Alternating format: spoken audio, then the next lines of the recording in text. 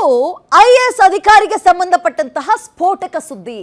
ಸುಮಾರು 100 ಕೋಟಿ ಸರ್ಕಾರಿ ಭೂಮಿಯನ್ನೇ ಮಾರಿದಂತಹ IAS ಆಫೀಸರ್ಗೆ ಸಂಬಂಧಪಟ್ಟಂತಹ ಸುದ್ದಿ ಇದು. ಒಂದಲ್ಲ ಎರಡಲ್ಲ 10 ಅಲ್ಲ 20 ಅಲ್ಲ 100 ಕೋಟಿ ಸರ್ಕಾರಿ ಭೂಮಿಯನ್ನೇ ಮಾರಿದ IAS ಅಧಿಕಾರಿಯ ಕರ್ಮಕಾಂಡದ ಸುದ್ದಿ ಇದು.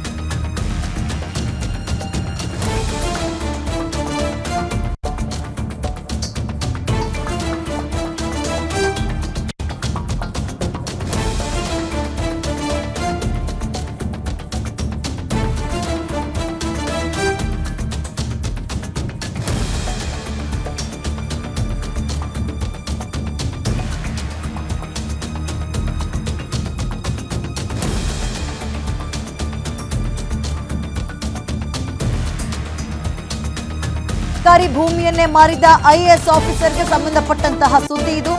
IAS ಅಧಿಕಾರಿ ವಾಸಂತಿ ಅಮರ್ ಅವರ ವಿರುದ್ಧ ಸರ್ಕಾರಿ ಭೂಮಿ ಮಾರಿದಂತಹ ಆರೋಪ ಕೇಳಿ ಬರ್ತಾ ಇದೆ. ಬೆಂಗಳೂರು ವಿಶೇಷ ಜಿಲ್ಲಾಧಿಕಾರಿ ಆಗಿದ್ದಂತಹ ಸಂದರ್ಭದಲ್ಲಿ ಸುಮಾರು 100 ಕೋಟಿ ಸರ್ಕಾರಿ ಭೂಮಿಯನ್ನೇ ಮಾರಿದ್ದಾರೆ ಅಂತ ಆರೋಪ ಕೇಳಿ ಬರ್ತಾ ಇದ್ದು, ಇಲಾಖೆ ತನಿಖೆ ನಡೆಸೋಕೆ ಕಂದಾಯ ಸಚಿವ ಕೃಷ್ಣ ಬೈರೇಗೌಡರು ಸೂಚನೆ ಕೂಡ ಕೊಟ್ಟಿದ್ರು. ಕಂದಾಯ ಇಲಾಖೆಯಲ್ಲಿನ ಪ್ರಾಥಮಿಕ ತನಿಖೆಯಲ್ಲಿ ಗೊತ್ತಾಗ್ತಾ ಇದೆ ಅಕ್ರಮ ಸಾಬೀತಾಗಿರೋದು. ಪ್ರಾದೇಶಿಕ ಆಯುಕ್ತರು ಕಂದಾಯ ಇಲಾಖೆ ಪ್ರಧಾನ ಕಾರ್ಯದರ್ಶಿಯಿಂದ ತನಿಖೆ ಆಗ್ತಾ ಇದ್ದು, ಅಕ್ರಮ ಸಾಬೀತಾಗಿರೋ ಹಿನ್ನೆಲೆಯಲ್ಲಿ IAS ಅಧಿಕಾರಿ ವಾಸಂತಿ ಅಮರ್ ವಿರುದ್ಧ FIRಗೆ ಶಿಫಾರಸು ಕೂಡ ಹೊರಡಿಸಿದ್ದಾರೆ. IAS ಅಧಿಕಾರಿ ಆಗಿರೋ ಕಾರಣ ಕೋರ್ಟ್ ಅನುಮತಿ ಪಡೆದು FIR ಹಾಕಬೇಕಾಗುತ್ತೆ. ವಾಸಂತಿ ಅಮರ್ ವಿರುದ್ಧ FIR ದಾಖಲಿಸೋಕೆ ಕೋರ್ಟ್ ಈಗ ಸೂಚನೆ ಕೊಟ್ಟಿದೆ. ಯಾವುದೇ ಕ್ಷಣದಲ್ಲಿ ಬೇಕಾದರೂ ಇವರ ವಿರುದ್ಧ FIR ದಾಖಲಾಗಬಹುದು. ಇವರ ಹೆಸರು IAS ಆಫೀಸರ್ ವಾಸಂತಿ ಅಮರ್ ಅಂತ.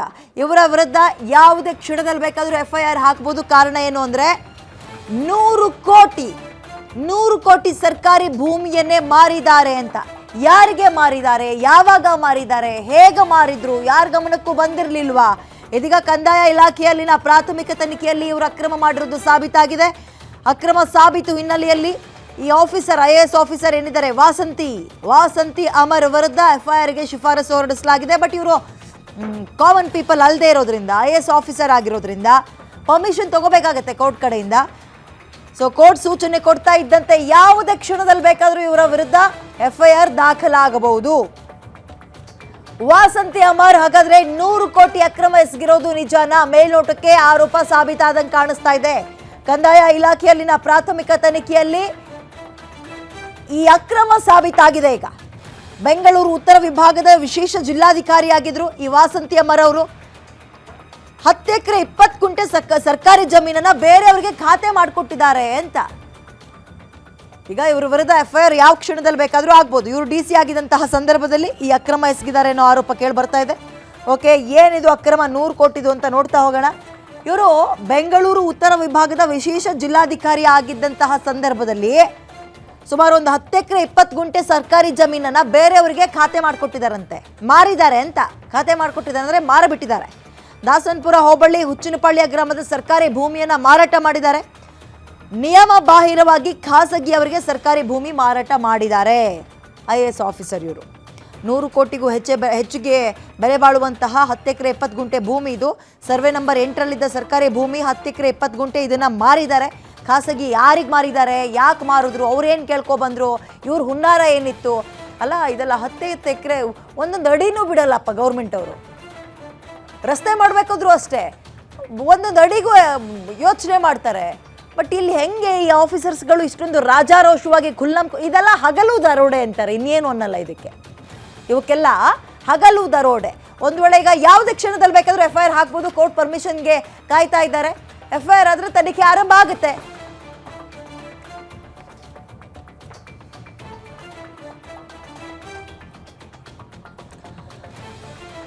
ಓಕೆ, ಇಂಥದ್ದೇನೋ ಒಂದು ಹಗಲು ದರೋಡೆ ಆಗಿದೆ ಅನ್ನುವಂತಹ ಅನುಮಾನ ಬಂದು ಬೆನ್ನಲ್ಲೇ ಇಲಾಖೆಯ ತನಿಖೆ ನಡೆಸೋಕೆ ಅಂತ ಕಂದಾಯ ಇಲಾಖೆ ಸಚಿವರು ಕೃಷ್ಣ ಬೈರೇಗೌಡರು ಸೂಚನೆ ಕೊಡ್ತಾರೆ. ಅದಾಗ್ತಾ ಇದ್ದಂತೆ ಈ ಕಂದಾಯ ಇಲಾಖೆಯಲ್ಲಿ ಪ್ರಾಥಮಿಕ ತನಿಖೆಯಲ್ಲೇ ಗೊತ್ತಾಗಿದೆ ಇವರು ಅಕ್ರಮ ಮಾಡಿರೋದು ಸಾಬೀತಾಗ್ತಾ ಇದೆ. ಈ ಬೆನ್ನಲ್ಲೇ FIR ಹಾಕೋಕ್ಕೆ ಎಲ್ಲ ರೀತಿಯ ತಯಾರಿಗಳಾಗ್ತಾ ಇದೆ.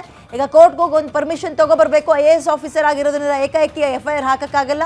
ಕೋರ್ಟ್ ಅನುಮತಿ ಕೊಡ್ತಾ ಇದ್ದಂತೆ FIR ಹಾಕ್ತಾರೆ. FIR ಹಾಕ್ತಾ ಇದ್ದಂತೆ ತನಿಖೆ ಮತ್ತಷ್ಟು ಚುರುಕುಗೊಳ್ಳುತ್ತೆ. ಈ ಮೇಡಮ್ಮು ಬೆಂಗಳೂರು ಉತ್ತರ ವಿಭಾಗದಲ್ಲಿ ವಿಶೇಷ ಜಿಲ್ಲಾಧಿಕಾರಿಯಾಗಿ ನೇಮಕ ಆಗಿದ್ರಲ್ಲ, ಆ ಸಂದರ್ಭದಲ್ಲಿ ದಾಸನಪುರ ಹೋಬಳಿ ಹುಚ್ಚನಪಳ್ಳಿ ಗ್ರಾಮದ ಸರ್ಕಾರಿ ಭೂಮಿಯನ್ನ ಎಷ್ಟು ಒಂದಲ್ಲ ಎರಡಲ್ಲ 10 ಎಕರೆ 20 ಗುಂಟೆ ಜಾಗ,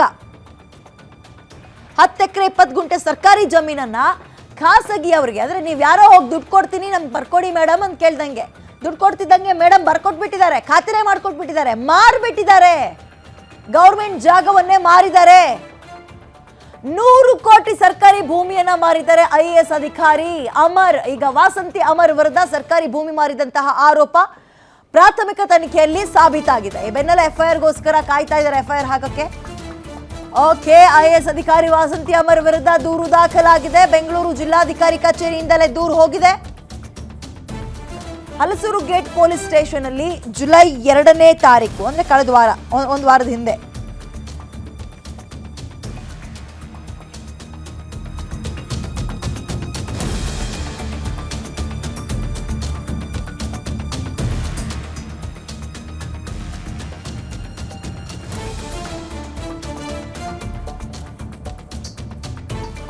ಈಗ ಈ IAS ಆಫೀಸರ್ ವಾಸಂತಿ ಅಮರ್ ಇದಾರಲ್ಲ, ಇವರು ವಿರುದ್ಧ KS ಆಫೀಸರ್ ಪ್ರಶಾಂತ್ ಖಾನಗೌಡ ಪಾಟೀಲ್ ಅಂತ ಇವರು ಕಂಪ್ಲೇಂಟ್ ರೈಸ್ ಮಾಡಿದ್ದಾರೆ. ದೂರಿನ ಹಿನ್ನೆಲೆಯಲ್ಲಿ ವಾಸಂತಿ ಅಮರ್ ವಿರುದ್ಧ NCR ಈಗ ಆಲ್ರೆಡಿ ದಾಖಲಾಗಿದೆ. ಕೋರ್ಟ್ ಅನುಮತಿ ಕೊಟ್ಟಂತಹ ಬೆನ್ನಲ್ಲೇ ಯಾವುದೇ ಕ್ಷಣದಲ್ಲಿ ಬೇಕಾದರೂ ಇವ್ರ ವಿರುದ್ಧ FIR ದಾಖಲಾಗುತ್ತೆ. ಡೆಫಿನೆಟ್ಲಿ ಕೋರ್ಟ್ ಅನುಮತಿ ಕೊಡುತ್ತೆ ಇಂಥ ವಿಚಾರದಲ್ಲಿ. ಯಾಕಂದರೆ ಒಂದಲ್ಲ ಎರಡಲ್ಲ 10 ಎಕರೆನ ಇವರು ಅಧಿಕಾರ ಇದ್ದಂತಹ ಸಂದರ್ಭದಲ್ಲಿ ಅಧಿಕಾರ ದುರುಪಯೋಗ ಪಡಿಸ್ಕೊಂಡು ಯಾರ್ದೋ ಹೆಸರಿಗೆ ಖಾತೆ ಮಾಡಿಕೊಟ್ಬಿಡ್ತೀನಿ ಸರ್ಕಾರಿ ಜಾಗವನ್ನು ಅಂದರೆ ಹೆಂಗಾಗುತ್ತೆ ಇದು? IAS ಅಧಿಕಾರಿ ವಾಸಂತಿ ಅಮರ್ ವಿರುದ್ಧ FIR ದಾಖಲಾಗೋ ಸಾಧ್ಯತೆ ಇದೆ. ಈಗ ಅವರ ವಿರುದ್ಧ KS officer Prashant Khanagouda Patil complaint ಅನ್ನ ರೈಸ್ ಮಾಡಿದ್ದಾರೆ. ಈ ಮೇಡಮ್ಮು ಇವರಿಗೆ ಬೆಂಗಳೂರು ಉತ್ತರ ವಿಭಾಗದ ವಿಶೇಷ DC ಆಗಿ ನೇಮಕ ಮಾಡಿದ್ರು. ಆ ಸಂದರ್ಭದಲ್ಲಿ ಏನು ಮಾಡಿದ್ದಾರೆ, ದಾಸನಪುರ ಹೋಬಳಿ ಹುಚ್ಚನಪಳ್ಳಿಯ ಗ್ರಾಮದ ಸರ್ಕಾರಿ ಭೂಮಿ ಎಷ್ಟು 10 ಎಕರೆ 20 ಗುಂಟೆ ಸರ್ಕಾರಿ ಜಮೀನು ಬೇರೆಯವ್ರ ಹೆಸರಿಗೆ ಖಾತೆ ಮಾಡಿಕೊಟ್ಟಿದ್ದಾರೆ. ಖಾತೆ ಮಾಡಿಕೊಟ್ಟಿದ್ದಾರೆ ಅಂದರೆ ಮಾರ್ಬಿಟ್ಟಿದ್ದಾರೆ, ಹಣ ತಿಂದು ತೇಗಿದ್ದಾರೆ.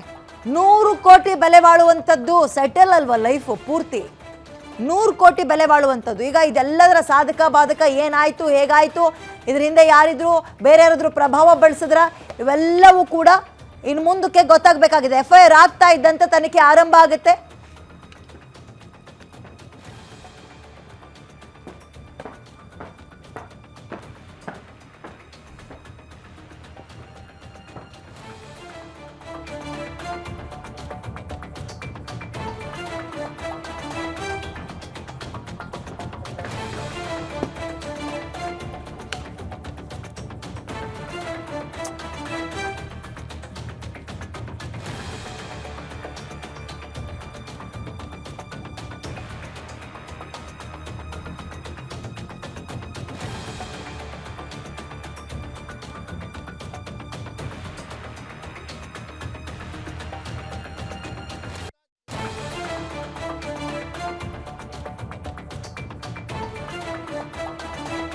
ಓಕೆ, ಇದು ಒಬ್ಬ IAS ಆಫೀಸರ್ಗೆ ಸಂಬಂಧಪಟ್ಟಂತಹ ಸ್ಫೋಟಕ ಸುದ್ದಿ. ಒಂದಲ್ಲ ಎರಡಲ್ಲ 100 ಕೋಟಿ ಸರ್ಕಾರಿ ಭೂಮಿಯನ್ನೇ IAS ಆಫೀಸರ್ ವಾಸಂತಿ ಅಮರ್ ಮಾರಿದ್ದಾರೆ ಖಾಸಗಿ ಅವರಿಗೆ ಎನ್ನುವಂತಹ ವಿಚಾರಕ್ಕೆ ಸಂಬಂಧಪಟ್ಟಂತೆ ಯಾವುದೇ ಕ್ಷಣದಲ್ಲಿ ಬೇಕಾದ್ರೂ ಇವ್ರ ವಿರುದ್ಧ FIR ಆಗ್ಬೋದು. ಈಗ ಮೋರ್ ಡೀಟೇಲ್ಸ್ ನನ್ನ ಕಲೀಗ ಮಾರುತಿ ನೀಡ್ತಾರೆ. ಮಾರುತಿ, ಅಲ್ಲ ನನ್ಗೆ ಒಂದಂತೂ ಅರ್ಥ ಆಗ್ತಾ ಇಲ್ಲ, ಇದು ಹೇಗೆ ಸಾಧ್ಯ? ಈಗ ಸರ್ಕಾರಿ ಭೂಮಿಯನ್ನು ಒಂದಡಿ ಕೂಡ ತಗೊಳಕ್ ಬಿಡಲ್ಲ, ಬಟ್ ಇವರೆಲ್ಲ ಅಧಿಕಾರ ಇದ್ದಂತಹ ಸಂದರ್ಭದಲ್ಲಿ ಕೋಟ್ಯಾಂತರ ರೂಪಾಯಿ ಗುಳುಂ ಮಾಡ್ತಾರೆ, 10 ಎಕರೆ ಮಾರ್ತಾರೆ ಅಂದ್ರೆ ಯಾರ ಕಣ್ಣಿಗೂ ಬೀಳಲ್ವಾ? ಯಾರಿಗೆ ಮಾರಿದ್ರು, ಯಾರು ಪ್ರಭಾವ ಬೀಸಿದ್ರು ಅಂದ್ರೆ ಬಳಸಿದ್ರು, ಇವ್ರು ಹಿಂದಿನ ಯಾರಾದ್ರು ಇದರ ಡೀಟೇಲ್ಸ್ ಏನಿದೆ? ವಿದ್ಯಾ, ಸಣ್ಣ ಪುಟ್ಟ ಆದವರಾದರೆ ಯಾರೂ ಕೂಡ ಜಮೀನನ್ನು ಈ ರೀತಿಯಾಗಿ ಬರೆಸ್ಕೊಳ್ಳೋದಕ್ಕೆ ಸಾಧ್ಯವಿಲ್ಲ. ಬರೆಸ್ಕೊಟ್ಟವರು ಪ್ರಭಾವಿಗಳೇ, ಬರೆಸ್ಕೊಂಡವರು ಕೂಡ ಪ್ರಭಾವಿಗಳೇ ಇದ್ದಂತೆ ಕಾಣಿಸ್ತಾ ಇದೆ. ಯಾಕಂತ ಹೇಳಿದ್ರೆ ಅಷ್ಟು ಸುಲಭವಾಗಿ AC ಖಾತೆಯನ್ನು ವರ್ಗಾವಣೆ ಮಾಡೋದಕ್ಕೆ ಆಗೋದಿಲ್ಲ. ಇವರು ಬೆಂಗಳೂರು ದಕ್ಷಿಣ ವಿಶೇಷ ಜಿಲ್ಲಾಧಿಕಾರಿಯಾಗಿ ಇದ್ದಂತಹ ಸಂದರ್ಭದಲ್ಲಿ ಮಾಡಿರುವಂತಹ ಒಂದು ಪ್ರಕರಣ. ಇದು ಈಗಾಗಲೇ ಇಲಾಖಾ ಮಟ್ಟದಲ್ಲಿ ಆದಂತಹ ತನಿಖೆಯಲ್ಲೂ ಕೂಡ ಪ್ರಾಥಮಿಕವಾಗಿ ಸಾಬೀತಾಗಿದೆ ಅನ್ನುವಂಥ ಒಂದು ಮಾಹಿತಿ ಗ್ಯಾರಂಟಿ ನ್ಯೂಸ್ಗೆ ಸಿಕ್ಕಿರುವಂಥದ್ದು. ತದಬಳಿಕವೇ ಅಂದರೆ ಇದಕ್ಕೆ ಸಂಬಂಧಪಟ್ಟಂತೆ ಕಂದಾಯ ಸಚಿವರಾದಂತಹ ಕೃಷ್ಣ ಬೈರೇಗೌಡರವರೆಗೂ ಕೂಡ ದೂರು ಬಂದಿತ್ತು.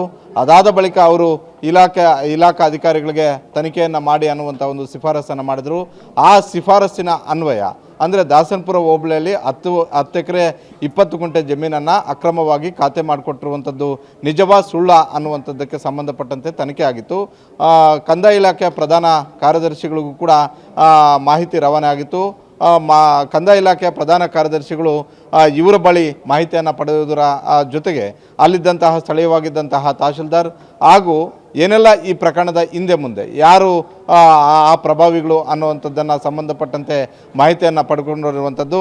ಅದಾದ ಬಳಿಕ ಇವರ ವಿರುದ್ಧ FIR ಯಾಕೆ ದಾಖಲು ಮಾಡಬಾರ್ದು ಅನ್ನುವಂಥ ಒಂದು ಸೂಚನೆಯನ್ನು ಕೊಟ್ಟಂತಹ ಒಂದು ಬೆನ್ನಲ್ಲೇ ತಹಶೀಲ್ದಾರ್ ಅವರೇ ನೇರವಾಗಿ ಪೊಲೀಸ್ ಠಾಣೆಗೆ ಹೋಗಿ ಅಲ್ಸೂರ್ಗೇಟ್ ಠಾಣೆಗೆ ಹೋಗಿ ವಾಸಂತಿ ಅವರ ವಿರುದ್ಧ ದೂರನ್ನು ಕೊಟ್ಟಿರುವಂಥದ್ದು. ಆ ದೂರಿನ ಅನ್ವಯ ಈಗ NCR ದಾಖಲಾಗಿದೆ. ಅಂದರೆ ಮುಂದೆ ಇರುವಂಥದ್ದು FIR ದಾಖಲು ಮಾಡೋದಷ್ಟೇ ಬಾಕಿ ಇರುವಂಥದ್ದು. ಒಟ್ಟಾರೆ ದಾಸನಪುರ ಹೋಬಳಿ BBMPಗೆ ಭಾಳಷ್ಟು ಸಮೀಪದಲ್ಲಿರುವಂತಹ ಒಂದು ಪ್ರದೇಶ. ಕೇವಲ 10 ಎಕರೆ 20 ಗುಂಟೆ ಅಂದರೆ 1 ಎಕರೆನೇ ಸುಮಾರು ಕೋಟಿಗಳ ಬೆಲೆ ಬಾಳುವಂಥ ಒಂದು ಆಸ್ತಿ ಅಂತ ಹೇಳಿದ್ರೆ 10 ಎಕರೆ 20 ಗುಂಟೆ ಅಂತ ಹೇಳಿದ್ರೆ ಇನ್ನು ಎಷ್ಟು ಕೋಟಿ ಬೆಳೆ ಬಾಳುವಂಥದ್ದು ಲೆಕ್ಕಾಚಾರ ಹಾಕೋದಕ್ಕೂ ಕೂಡ ಕಷ್ಟ ಆಗುತ್ತೆ. ಆದರೆ ಬೆಂಗಳೂರು ಗ್ರಾಮಾಂತರ ಸೇರಿದಂತೆ ಹಲವು ಪ್ರದೇಶಗಳಲ್ಲಿ AC ತಹಶೀಲ್ದಾರ್ಗಳು ಸೇರಿದಂತೆ ಹಲವರಿಂದ ಅಧಿಕಾರ ದುರುಪಯೋಗ ಮಾಡಿಕೊಂಡು ಪ್ರಭಾವಿಗಳು ತಮ್ಮ ಹೆಸರಿಗೆ ಸರ್ಕಾರಿ ಭೂಮಿಯನ್ನು ಖಾತೆ ಮಾಡಿಸ್ಕೊಳ್ತಿದ್ದಾರೆ ಅನ್ನುವಂಥದ್ದು ಇದು ಕೂಡ ಒಂದು ಉದಾಹರಣೆ ಅಂತಲೇ ಹೇಳ್ಬೋದು.